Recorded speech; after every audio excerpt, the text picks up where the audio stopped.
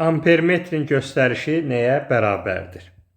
Deməli, dövrənin bu R, 2R və 3R olan hissələri bir-birinə paraleldir.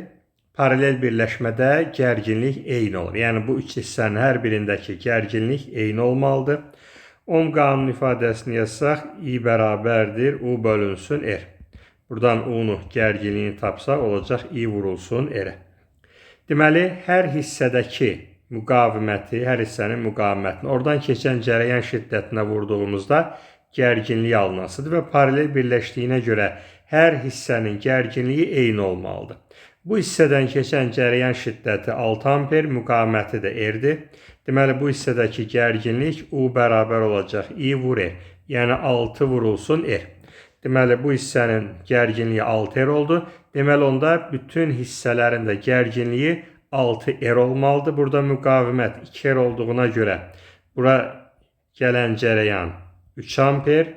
Burada müqavimət 3R olduğuna görə də ora gələn cərəyan da 2 amper olmalıdır ki, hər birinin hasili eyni 6R eləsin, yəni gərginliklər eyni olsun. Deməli, mənbədən gələn cərəyan burada 3 yerə ayrılır və sonra yenidən bir yerə birləşir. Yəni, bu ampermetrdən keçən cərəyan şiddəti bu 3 budaqda olan cərəyan şiddətlərinin cəmi qədər. Yəni, 6 amper, 3 amper və 2 amper, yəni 11 amper qədər olmuş olacaq D bəndi.